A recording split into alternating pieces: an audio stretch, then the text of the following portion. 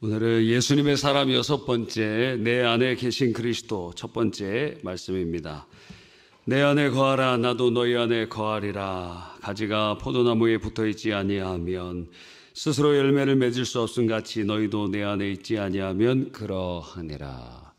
우리가 예수님 안에 있다는 것을 경험하는 성례전적 체험이 성찬입니다. 그래서 예수님의 살과 피가 내 안에 있고 나도 주님 안에 있습니다. 눈으로 보고 몸으로 경험하고 그것을 체험하도록 주님께서 알려주시는 것입니다. 그리스도인이란 예수님을 마음에 영접한 사람들을 말합니다. 예수님을 영접할 때 예수님께서 우리 안에 거하시게 되십니다. 그럼 우리는 정확하게 구분을 해봐야 되겠죠. 이 용어의 혼동성 때문에 약간의 착각을 하게 됩니다. 예수님께서는 부활 승천하심으로 하나님의 우편에 앉아 계셔서 만유를 통치하십니다. 그런데 예수님께서 우리 마음에 어떻게 오실까요? 바로 예수님의 영이신 성령을 통하여 우리 안에 거하시는 것입니다. 그래서 예수님이 너희를 고아와 같이 버려두지 아니하고 내가 너희와 함께 할 것이다 하시는 말씀은 바로 예수님의 영이신 성령을 우리에게 보내주심으로 그렇게 하실 것임을 알려주고 계시는 것입니다. 그래서 아들의 영이신 성령을 보내서 성도들을 다스리시고 우리와 함께 하십니다. 그래서 예수님 나와 함께 하신다. 이 말은 엄밀히 표현하면 예수 그리스도의 영이신 성령이 내 안에 계신다 하는 것입니다.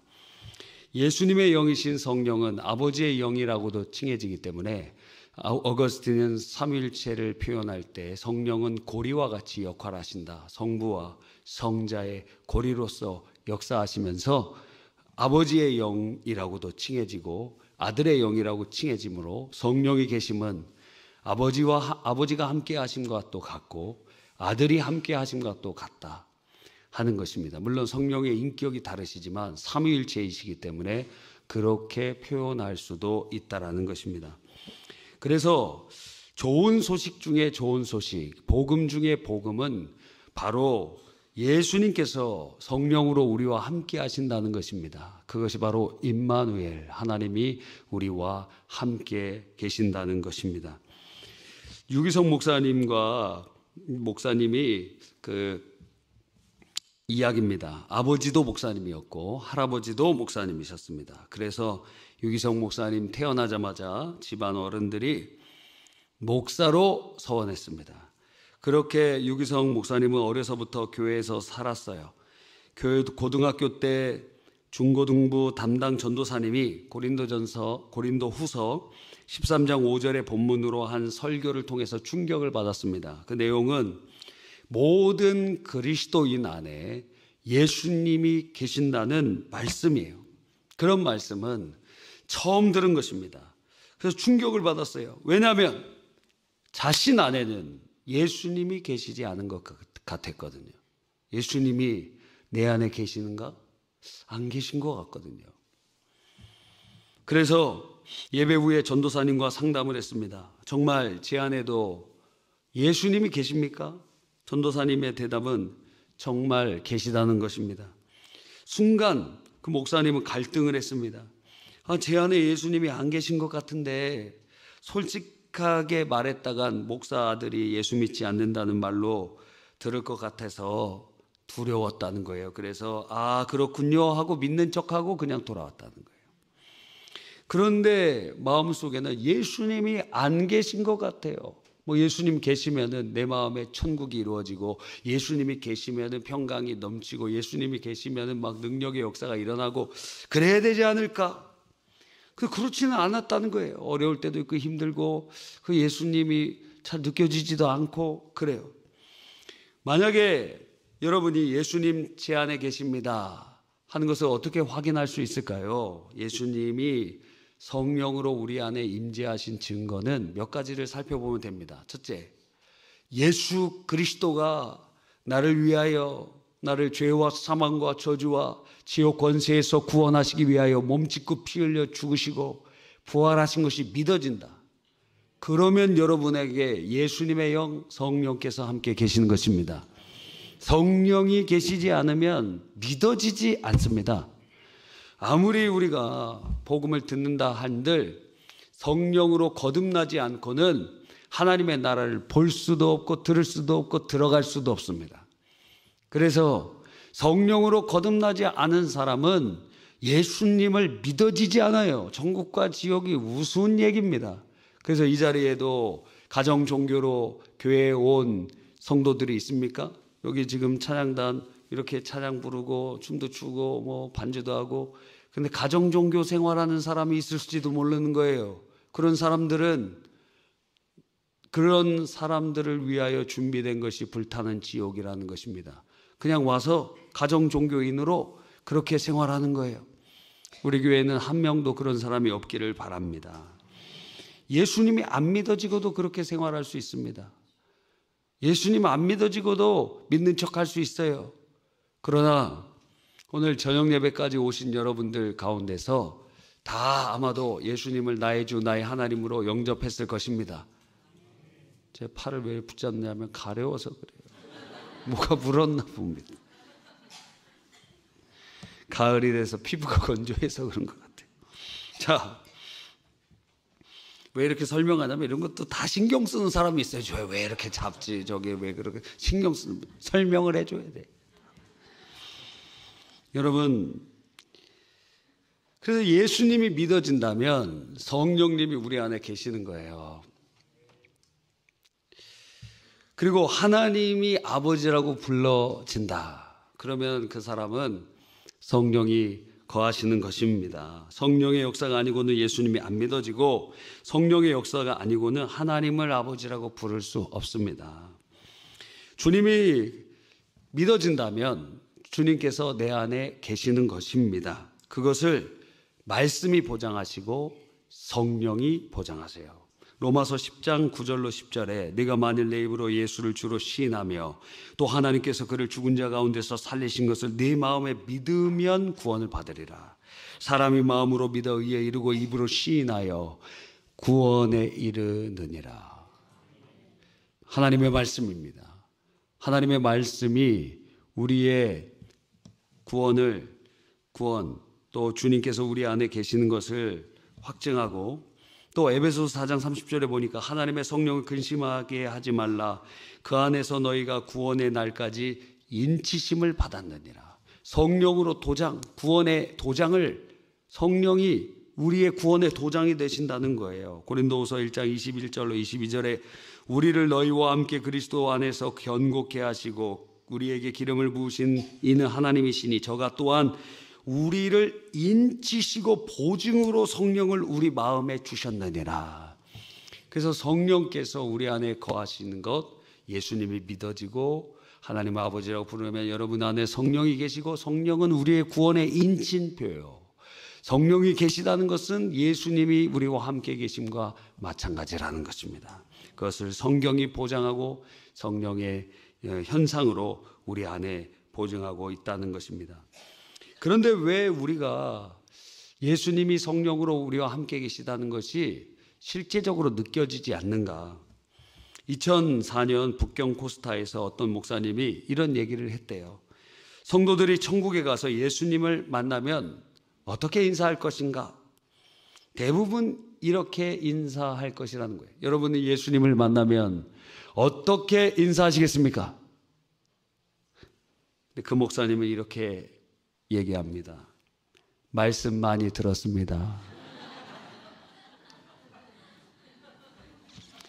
여러분 많이 웃으셨지만 이거 상당히 심각한 일입니다. 우리는 예수님에 대한 말씀은 정말 많이 들었습니다. 예배 때마다 들었습니다. 그러나 한 번도 만난 적은 없다고 생각하는 거예요. 욥이 그랬죠. 내가 귀로 하나님의 말씀을 듣기만 하였는데 이제 주를 바라보나이다. 그가 폭풍 가운데 욥기 40장 이하에 주님께서 임재하시는 것을 보면서 그렇게 42장에 고백하지 않습니까? 그리스도를 귀로만 들었습니다. 지식으로만 알고 있습니다. 말씀 많이 들었습니다. 우리가 할 말이 그거밖에 없어요? 그렇다면 심각하게 문제가 있다는 것입니다. 주님과의 인격적인 교제가 없다면 우리는 귀로만 듣고 있는 신앙생활을 하고 있다는 것입니다. 예수님의 영은 인격을 가지신 분이시기 때문에, 성령은 인격을 가지고 계시기 때문에 그분을 환영하고 초청하고 모셔드리고 인정하지 않으면 그분이 우리의 삶 속에 안 계신 것처럼 느껴져요. 그래서 성령을 소멸하지 말라. 성경은 우리에게 말씀하고 계시는 것입니다. 그러니까 우리 안에 분명히 계셔서 예수님을 믿게 하시고 주님을 따르게 하시는데, 하나님을 아버지라고 부르게 하셔서 분명히 말씀에 의하면 성령님이 우리 안에 계시는데, 예수님의 영이 우리 안에 계시는데 그분의 역사를 느끼지 못한다는 것은 그분을 인격적으로 대우하지 않았기 때문이다라는 거예요. 그래서 여러분이 지금부터 내 안에 계신 성령님을 인격적으로 모시기 시작하면 그분이 반응하십니다.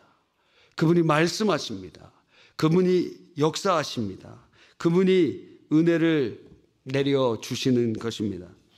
우리는 예수 믿어 성령님이 우리 안에 계시다는 것을 체험하지 못하면 그러면 어떤 삶을 살아가느냐? 신앙생활에 이중인격자가 됩니다. 그것을 다른 말로 바리새인이라 그러죠. 옛날에 한 10수년 전에 저희 아내가 저한테 바리새인이라고 하다가 말이 줄어들어갖고 바세린 그렇게 얘기하더라고요. 바세린. 여러분, 그러니까 이중적인 삶을 살게 되는 거예요. 겉으로는 멀쩡해 보이는데 속으로는 썩어버린 회칠한 무덤과 같습니다. 회칠한 무덤이라는 것은 무덤이 있는데 석회로 발라버려갖고 앞은 하얀데 안은 썩어버렸다는 거예요. 시체가 썩어버린 회칠한 무덤이요. 평토장한 무덤 같으니 밑에는 다 썩어버리고 위에는 평평해요. 깨끗해. 우리는 그럴 수 있다라는 것입니다. 교회에 오기 전에 부부싸움을 해도 사람들에게는 싸움하지 않은 척 할 수 있습니다. 그런데 여러분이 만약에 교인들이 한 10명만 있다고 해도 싸울 수 있습니까? 싸우기 어렵죠. 성령을 인격적으로 우리가 대우한다면 함부로 죄를 지을 수 없다는 얘기를 말씀드리고 있는 것입니다. 그러니까 우리가 성령을 인격적으로 모셔드리지 않는 것이 이중적인 신앙생활을 하도록 하는 근본 원인이라는 거예요. 하나님 분명히 계신데 안 계신 것처럼 살아가는 겁니다. 유기성 목사님은 또 다른 예를 듭니다. 많은 사람이, 특별히 남자들이 음란물 같은 은밀한 죄의 유혹을 받습니다. 그런데 그 죄의 유혹에 왜 넘어지는가? 음란물의 유혹이 다른 죄보다 강하기 때문인가? 그게 아니라는 거예요. 옆에 모르는 사람 한 명만 있어도 음란의 죄를 범하지 않는다는 거예요. 그러니까 음란의 죄가 그렇게 크게 우리를 넘어뜨리지 않는, 옆에 누군가 모르는 사람 한 사람만 있어도 음란의 죄에 범하지 않는다는 거예요. 그래서 우리가 그러한 죄에 빠지는 이유는 우리 안에 계신 성령님을 인격적으로 생각하지 않고 있기 때문에, 투명인간 취급하기 때문에, 없는 것처럼 살아가기 때문에 하나님 앞에서 범죄한다는 것입니다. 그래서 성령을 인격적으로, 예수의 영을 인격적으로 모시는 삶은 거룩의 삶과 연결되어 있고 그 삶은 그리스도를 닮아가는 삶과 직결되어 있습니다. 유기성 목사님이 교육자 수련회를 갔을 때의 일입니다. 저녁 기도회 때 부목사님 한 분이 베드로전서 1장 15절로 16절의 말씀을 읽고 우리가 거룩하기 위하여 기도하자 그랬어요. 말씀은 이런 내용입니다. 오직 너희를 부르신 거룩하신 이처럼 너희도 모든 행실에 거룩한 자가 되라. 기록되었으되 내가 거룩하니 너희도 거룩할지어다 하셨느니라. 내가 거룩하니 너희도 거룩하라. 그래서 유기성 목사님이 마음속으로 성령님께 물었다고 해요. 성령님, 주여 무엇이 거룩한 것입니까? 저한테 물으면 김남준 목사님의 표현을 빌려서 거룩이란 신학적으로 능력의 탁월성과 도덕적 완전성을 의미합니다. 이렇게 표현하겠지만 그 무슨 말인지 잘 와닿지 않잖아요. 하나님께서 유기성 목사님한테 이런 말씀을 하십니다. 거룩이 무엇이냐? 거룩은 혼자 있을 때 주를 바라보는 것이야. 여러분은 혼자 있을 때 어떻게 주님을 바라보고 있습니까? 나는 혼자 있을 때 주님과 어떤 관계입니까? 나는 혼자 있을 때 어떤 존재입니까? 거룩함에 대한 분명한 정의라는 것입니다. 얼마 후에 교회 비전을 위해 기도할 때도 같은 마음을 주셨다 그래요. 예배당도 신축해야 되고 교회 성장을 위해 구체적인 성장 목표를 교회에 제시하는 부담감이 있었습니다. 주여, 우리 교회 몇 명의 성도를 목표로 삼아야 합니까? 저는 우리 교회에 하나님께서 한 최소 10,000명은 주실 것 같습니다. 왜?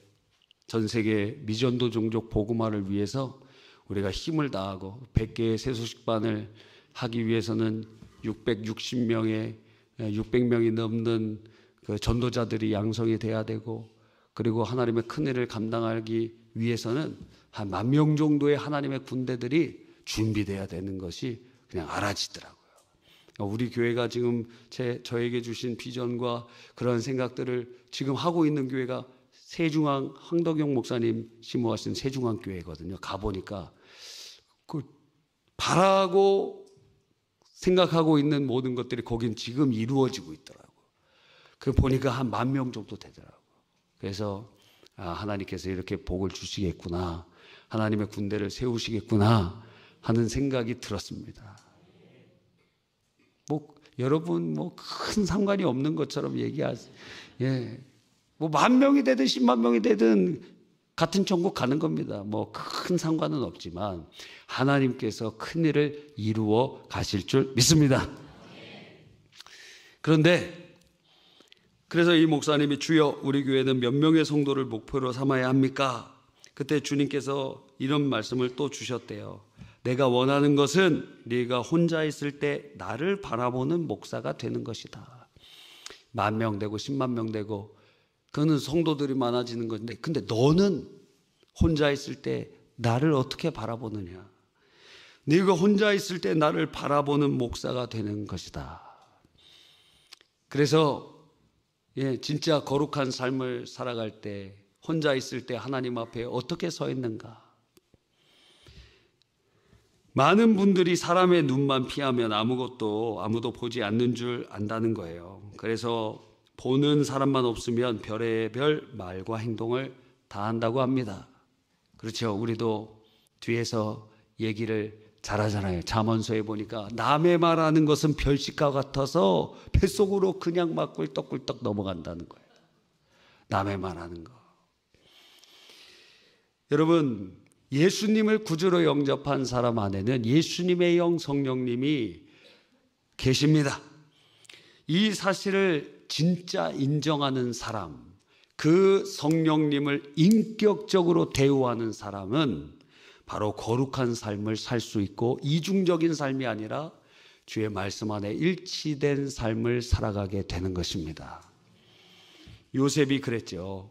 요셉이 그 부인이, 그 보디발의 부인이 주인인데 계속 요셉을 유혹하는 것입니다. 요셉이 잘생겼대요. 좀 잘생겨보고 싶지 않습니까? 근데 요셉 잘생겨갖고 그 부인이 눈짓하면서 동침하자고 그렇게 합니다. 그런데 그가 그 유혹을 뿌리칠 수 있었던 것은 내가 어찌하여 이 큰 악을 행하여 하나님께 죄를 지으리까? 하나님 앞에 있다는 것을 항상 생각하고 있다는 거예요. 우리도 마찬가지죠. 우리 안에 하나님이 계십니다. 성령 하나님이 계십니다. 예수의 영이신 그분이 계십니다. 할렐루야. 그래서 우리의 의지만으로는 죄를 이기고 거룩하게 살 수가 없어요. 거룩하게 살 수 있느냐 없느냐는 우리의 의지의 강함과 약함에 있지 않습니다. 어디에 있느냐? 바로 항상 내 안에 주님이 계시다. 하나님 앞에 서 있는 내 안에 주님이 항상 계시다. 그래서 그분을 바라보고 그분 앞에서 살아가는 사람은 거룩의 삶을 살아간다는 거예요. 우리는 누군가 한 사람만 옆에 있어도 도둑질 못합니다. 한 사람만 옆에 있어도 음란을 행하지 못합니다. 한 사람만 누가 옆에 있어도 막 욕하지 못합니다. 나쁜 말 하지 못합니다. 한 사람만 옆에 있어도 그런데 전능하신 그분이 우리 안에 거하시는 그분을 인격적으로 모실 때 우리의 삶은 엄청난 변화가 일어나게 된다는 것입니다. 우리가 주님을 인격적으로 모실 때 그분이 반응하기 시작하거든요. 그분이 말씀하시기 시작하시거든요. 그분이 우리의 삶을 인도하시기 시작하시거든요. 이끌어 가시기 시작하시거든요. 조영기 목사님의 이야기입니다. 그분이 50년 목회를 하실 때예요. 50년째 목회를 하셨을 때 세계를 다니면서 가장 성도들이 깨우치기를 원하는 것이 무엇이냐? 한 가지였어요. 성령님을 살아계신 인격자로 대화하라 하는 거예요. 그분이 우리 안에 임재하고 계시고 그분을 인격적으로 모실 때 완전히 변화된 삶이 일어나게 된다는 것입니다. 성령님이 모든 사람에 계시는데 사람들이 푸대접하고 있다는 것입니다. 인정도 하지 않고 환영도 하지 않고 모셔드리지도 않으시니 그분이 인격을 가지고 계신 분이시기 때문에 역사하지 않으신다는 거예요. 그런데 우리의 입술과 우리의 마음으로 그분을 인정하고 모셔드리고 환영하고 그분을 따라갈 때 성령이 우리를 리딩하시고 성령께서 역사하시는 다이나믹한 삶이 이루어지게 된다는 것입니다. 그분도 성령님을 하나님의 능력 정도로 여호와 증인처럼 그렇게 처음에는 생각했대요. 성령은 하나님의 능력이시지. 그런데 어느 날 깨달았어요. 아, 성령님은 참 하나님이시고 성령님은 내 안에 계셔서 나를 인도해 가시고 내게 능력을 주시고 역사하시는 분이시구나. 그래서 강단에 올라오기 전에 내 안에 계신 성령님께 성령님 함께 가십시오. 성령님 인정합니다. 성령님 환영합니다. 성령님 모셔드립니다. 성령님 의지합니다. 성령님 함께 가십시오. 그렇게 시장도 함께 가고 학교도 함께 가고 사업도 함께 하고 염려도 함께 하고 성령님과 함께 하면 모든 일에 성령이 개입하시기 시작하신다는 거예요. 기도도 성령님과 함께 하고 성령의 역사로 기도하고 여러분, 하나님의 그 은혜가 우리를 변화시키시고 성령의 인격적인 대우할 때 성령님의 은혜가 우리를 붙잡기 시작하는 것입니다. 여러분 안에 성령님이 계십니까? 예수의 영이신 그분이 계십니까? 예수님이 우리를 고아처럼 버려두지 않고 우리 안에 오신다고 하셨습니다. 그분이 바로 예수님의 영, 성령이신 것입니다. 그 성령님 그분 앞에 살아간다고 할 때 우리는 거룩한 삶을 살아갈 수 있고 그분을 인정하고 모셔드리고 초청하고 그분과 함께 생활할 때 성령을 따라 사는 삶, 성령의 열매가 저절로 맺혀지기 시작하며 그리스도를 닮아가는 역사가 일어납니다. 성령은 그리스도를 증거하시며 성령은 그리스도를 닮게 하시며 성령은 그리스도를 따라가는 제자의 삶을 살아가도록 인도하시기 때문에 그런 것입니다. 그래서 성령의 역사가 핵심이에요. 이것이 없이는 다 인본주의적인 겁니다. 말씀을 공부하고 아니 말씀의 저자가 성령이신데 우리를 거룩하게 하신 분이 성령이신데 우리의 구원의 보증이 성령을 제외하고 성경 공부해 성령을 제외하고 기도해 성령을 제외하고 그게 사두개인이요 그게 바리새인이요 그것이 유대인들이 하는 일이었다는 것입니다. 성령을 따라 행하라. 예수님의 영이신 성령을 따라 행할 때 성령 앞에서 행할 때 우리는 이중적인 삶이 아니라 이제는 주님 뜻대로 살아가는 주님의 기쁨이 되는 주님 안에 거하는 주의 백성이 되는 것입니다. 내 안에 거하라. 나도 너희 안에 거하리라. 가지가 포도나무에 붙어있지 아니하면 스스로 열매를 맺을 수 없음같이 너희도 내 안에 있지 아니하면 그러하니라. 이미 주님은 우리 안에 계십니다. 예수님 믿는 사람에게 이미 성령님은 내주에 계십니다. 예수의 영은 이미 계십니다. 그럼 누가 반응할 차례입니까? 우리가 반응할 차례예요. 주님은 내 안에 계셔. 나도 주님 안에 거해야 될 것 아닙니까? 그게 무엇이냐? 성령을 따라 사는 삶, 그분을 인정하는 삶, 나는 죽고 예수로 사는 삶, 성령 충만한 삶, 다 같은 얘기예요. 수많은 사람들이 수련회에서 은혜를 받고 부흥회에서 은혜를 받습니다. 왜 지속하지 못하죠? 그 안에 계신 성령님의 인도를 받지 않고 내가 다 하려고 하니까. 나는 나를 초월할 수 없습니다. 나는 나를 초월할 수 없는 것이 진리예요. 그럼 나를 초월하게 하시는 분은 하나님이 나를 초월하게 하실 수밖에 없는 것입니다. 그래서 성령의 충만한 삶을 계속하고, 그것이 바로 내 안에 계신 성령님을 인정하고 그분과 교제하고 그분과 따르고 그분을 모셔드리고 그분을 환영하고 그분을 인격적으로 주님과 교제할 때 여러분의 삶은 이전과는 전혀 다른 삶의 모습으로 바뀌게 될 것입니다. 기도하겠습니다.